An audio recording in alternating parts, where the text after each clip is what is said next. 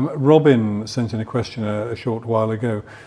He's asking, what are the indicators we might look for if a patient, to tell whether a patient is at risk of, he's saying chronic traumatic encephalopathy. I guess we could just say concussion, concussive injuries, couldn't we? Is it just high frequency injuries like sports athletes or boxers, or is it the magnitude of injury as big a risk? I'm not quite sure what he means by that. Yeah, this is a whole can of worms. Yeah, it's a can of worms. We're laughing about this because it is kind of a can of worms. It's quite a political issue. It's a very divisive topic, to be honest. Throughout the concussion space, it's very kind of polarizing. But what CTE is, or chronic traumatic encephalopathy, is the long-term neuro-degenerative brain disease that's associated with concussion and also just contact sport. Now, I think a lot of the contention around it is that the media reports on it don't necessarily match the level of evidence we have in the literature. So the way that it's portrayed in kind of the media reports is that this is a foregone conclusion. We have overwhelming evidence that concussion leads to CTE and leads to these neurodegenerative issues.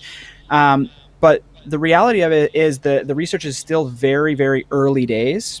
We have, basically a case series of donated brains. We haven't really done very good trials looking at, what the prevalence of this particular condition is in the general public. We've assumed that it's related 100% to head trauma, yet we don't know all the other variables, right? We're looking at a brain at the end of someone's life and assuming that, well, they played rugby, they have this neurodegenerative disease, it must have been the contact. But we don't think, well, could it have been, were they taking any, illicit substances throughout their life? Like, what was their diet like? Like, there's so many other factors that can lead to neurodegenerative disease. My experience is that professional rugby players and perhaps not professional, but rugby players take licit substances in vast quantities, such as beer. It sort of goes to the territory, doesn't it? Yes. And so another one that's affiliated, so for example, the disease is in the categorization of what's called a tauopathy. So it's a deposition of tau protein, which is the same category as Alzheimer's. Alzheimer's is also a tauopathy.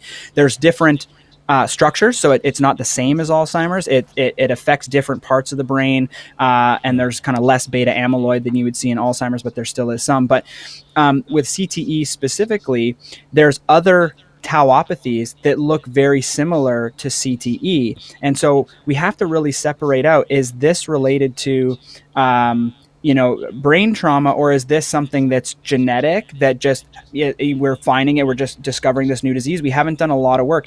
There was a study that was done a couple of years ago by a guy named Grant Iverson that actually took a case series of brains that had no exposure to sport at all and no exposure to head trauma at all. And they found CTE in 6 out of 8 of them.